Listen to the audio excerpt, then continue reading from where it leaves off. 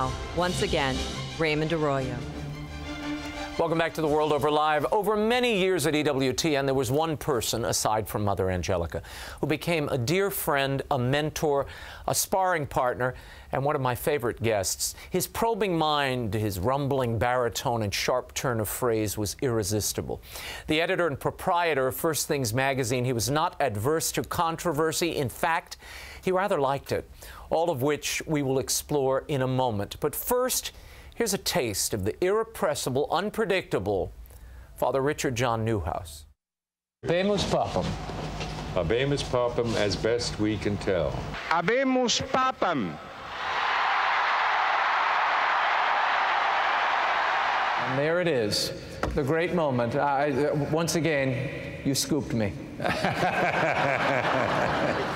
But then you notice I qualified it toward the end. Yes, I did notice that little wiggle room you put in there, exactly. Near as we can tell. That's the kind of fellow I am. I just, I don't like to say, as the recently retired Cardinal Archbishop of Washington explained the other day that on NPR, that's my idea of leadership, is that you walk right down the middle of every issue. So I quote, apparently some people find this amusing, I don't know. I'm simply quoting. I haven't practiced mine. I'm simply quoting His Eminence, who said that he learned this when Pope John Paul visited Newark, and then McCarrick was the Archbishop of Newark, and he noticed that the Holy Father walked right down the middle of the aisle so that the people on the left and on the right could both relate to him, and he was solidly in the middle. Now, I think this was, on the part of His Eminence, a rather unique contribution to the understanding of the character and person and pontificate of John Paul II. Really? That he was a man who refused to take sides. A man of the middle. Well, we lost Father Richard John Neuhaus in January of 2009, but there's not a day that goes by that I don't miss him, his humor, his shining faith. Tonight we have an occasion to remember Father Richard. A new biography has just been released. It's titled Richard John Neuhaus, A Life in the Public Square. To explore the unseen Richard Neuhaus, the author of that biography, Randy Boyagoda, joins me in studio. Randy, thank you for being here. Good to see you, Raymond. Thank you. Now, let's start with, you are a Canadian, yes. A university professor, an English professor, a novelist by trade. Why Richard John Neuhaus, of all subjects? Well, you know, I think it's because, in a lot of ways, he really did have a remarkable life story. You know, a kind of a joyful life lived for God, but lived for God in really, really unexpected ways. I mean, if you think about the quotes we've just been hearing and watching, here's a man who, you know, rubbed shoulders with popes and was a major presence on national, international media, but he grew up in small-town Canada. He never finished high school. And to go from, you know, a beginning like that, motivated by a love of God and, frankly, a great deal of interest in troublemaking, you put those two things together and you get out of that a remarkable life. And so for me as a storyteller, I just saw there a life that I wanted to explore, to see what really there was to this. One of the things I didn't realize, you relate the story of Richard being baptized by his father, Clem Neuhaus, who was also a pastor, a Lutheran priest. And yet there was this tension between he and his father. Describe that relationship. You almost spin it out to a difficulty with authority. Yeah, well, I think I'd rather much do. Neuhaus was the 7th of 8 children, born in Pembroke, Ontario in 1936, to a Lutheran couple from Arkansas. And his father's name was Clem Neuhaus, 6'5", 300 pounds, imposing man. And his nickname in town, for a Lutheran pastor, his nickname was Pope Neuhaus, which gives you just a sense of just how sort of grand and imposing he was. Well, they didn't realize that title should have applied to the son. Well, eventually, you're right. You're right. More papal than the Pope in some ways, right? So Neuhaus grows up in this world where his father is this imposing presence and also a model for him of, you know, serious-minded, rather stern pastoring. And I think Neuhaus saw this from a youngest age. His baby sister remembers when he was 4 years old, he would play church. He would set up a couple of chairs and basically preach from the back of a chair to his baby sister and her dolls. Like from the earliest point of his life, he was drawn to ministry, drawn to proclaiming the word. Now, he and his father had a little conflict over civil rights. Yeah, absolutely. So if we go ahead then to when Neuhaus is in seminary and then into his early years as a Lutheran pastor, he was very much committed to an idea that the church should be publicly engaged on the matters of the most pressing matters of the day when it came to defending those who could not defend themselves. And that became for him the plight of black people in America, sort of disenfranchised, discriminated against. His father had a very different view, and his view came out of a more sort of conservative view of what's called two kingdoms theology. There's the kingdom of God, the kingdom of man, a very important facet of Lutheran theology, and in a sense, never the two shall meet. Whereas Neuhaus wanted them to meet, thought it was necessary that they do, and that led to some pretty dramatic exchanges. At one point, actually, in a national convention, father and son are at two different microphones debating each other before a national group on whether the Lutheran Synod, the Missouri Synod of the Lutheran Church, should get involved with civil rights. Very dramatic. He later, and he writes many times about the great grace of my life to have worked with Martin Luther King Jr. Yes. You reveal in the book that they knew each other in passing, but there wasn't the intimacy quite. Well, it was I'd say perhaps more of a one-sided sort of affection. I mean, Father Neuhaus absolutely was involved with the civil rights movement as one of the leading clergymen of the American left. And he knew many of the people who were working with MLK directly, and Coretta Scott King and the children. Yeah, they sent Christmas cards. Yeah, they were close. But, you know, other than a lunch and perhaps being with him at a couple of press conferences and a couple of marches, I don't think Father Neuhaus had that direct a relationship to Dr. King. But I do think, though, that, you know, he really felt this charged experience of being connected to such a signal figure in American history. To have been close to him like that, I think, mattered to him a lot. There was a big turn for Richard Neuhaus. He was known as a man of the left, very much civil rights, anti-war activist. And then he starts to move at a certain point in his life, not only politically, but religiously. Yes, very much so. He tires of the direction of Lutheranism. He told me this many times. I want to roll this little bite. This is Father Richard talking about the experience in the mid-'80s for what paved the way to his conversion to Catholicism. Listen.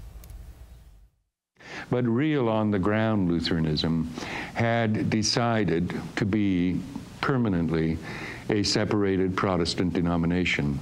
And meaning no offense to all my dear Lutheran friends who remain dear, dear brothers and sisters in Christ, I could not settle for anything less than the fullness of Catholic Christianity as embodied and most fully and rightly ordered through time in the Catholic Church. How decisive was that moment in his life and in the life of the church itself? Well, I think, you know, when he converted, this was national news, and, you know, people likened it to one of the most consequential conversions in American Catholic history.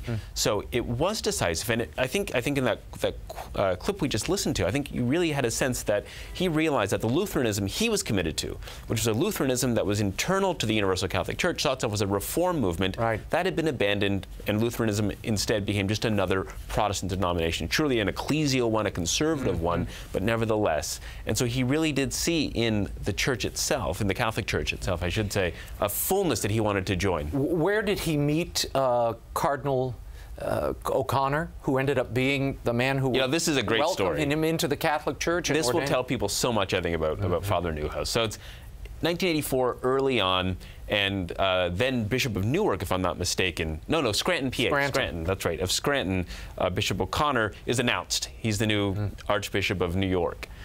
And he right away got in trouble because he drew a reference between the Holocaust and abortion. I remember. And this was a huge problem in the media, as you can imagine, in New York.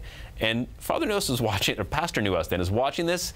He sends him a note and he says, look, when you come, we should talk.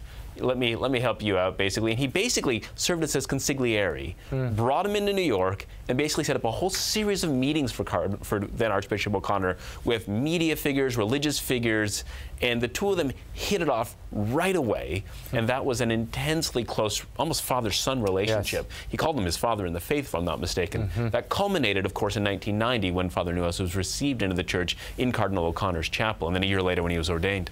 Yeah, and he reminded him at that time, Richard, I'm in charge here, not you. Yeah, I'm the bishop. I'm the bishop. Which was a big deal for Father Neuhaus. Tell me about the how decisive was Neuhaus's influence on a series of presidents, because his influence was certainly felt here in Washington. Yes, absolutely. So he met with every American president from Lyndon Baines Johnson onward. He had some contact with Jimmy Carter. He had more contact still, I think, with Ronald Reagan. You know, The Naked Public Square, his most famous book, came out in the middle of the 1984 presidential election. Right. And Neuhaus was at the Reagan White House in early 1985 giving a conference on religion and public life. And oh, guess what? He had copies for everybody. See that sign, no doubt. Oh, absolutely. And he had some presidential appointments there. He certainly did not have a lot of positive contact with President Clinton. But then with President Bush, that was probably the most consequential interaction he had, and it had a lot to do, in fact, with articulating for President Bush positions and phrasing that would have come out of a Catholic sensibility, specifically the Catholic, John Paul's notion of the culture of life, and also this idea of abortion, this pro-life position, a child welcomed in law and protected, welcomed in life and protected in law, yes. No, beautiful phrase that he gave George Bush. Yeah, absolutely. I want to play something for you. This is in 1993. Father Richard nearly died. Yes. And while he was in the hospital, he was visited by what he called a presence, perhaps an angel. He struggled to explain it to me. Listen. See, I was not ready to meet God in my condition, physically, spiritually, or any other way. There would need to be some preparation. In my case, probably a lot of preparation. But they were ready to escort me, to guide me through this. And it was implicit in it also was that it was my decision. I mean, everything is ready now, but it's up to you.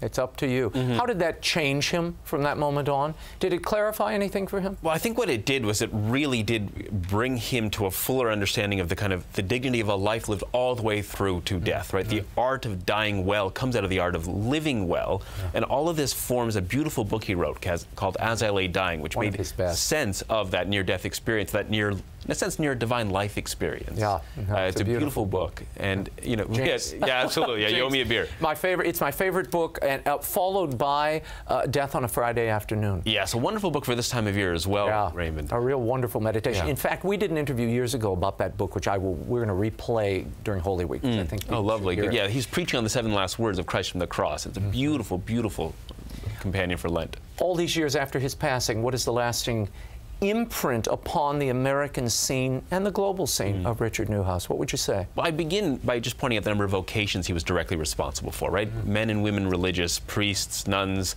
who have their lives because of him and his model, I think. You know, beyond that, I think probably the very fact that we care about the place of religion in public life, that we put it in those terms, that a magazine like First Things is read widely in parishes and in policy and on campuses. This tells me that the world he created, a world that was kind of a first-person argument for why religion matters. Not if, but how religion matters in American public life. This is what he gave and what continues, I think, to matter. That October before he died, he was at the hospital, and I couldn't find him at the house. I kept calling, he wasn't there. Went to the hospital. He was leaving. They were packing his things up at the hospital and sending him home. So I got to take him home, and we're in the cab. And I said, you know, we've got this papal visit coming up. I hope you'll be, you know, recovered. You can join us. Oh, no, Raymond, I think our adventures are over. I said, oh, Father Richard, come on, not over. No, you'll go on without me. And I always, that moment hits me. Yeah, he was great. What a lovely man, what a great man, and what a wonderful biography of him. Richard John Neuhaus, Life in the Public Square is available at bookstores everywhere, online, and through the EWTN Religious Catalog. Randy, thank you for being here. Thank you so much. Pleasure. The World Over Live continues in a moment, and here's a little clip of my dear friend. Everything has been faced that needs to be faced in order to live confidently and trustingly and lovingly. that in Jesus Christ, in God's revelation in Jesus Christ, the worst that could possibly happen has already happened in the death of Christ, when the darkness overcame the light.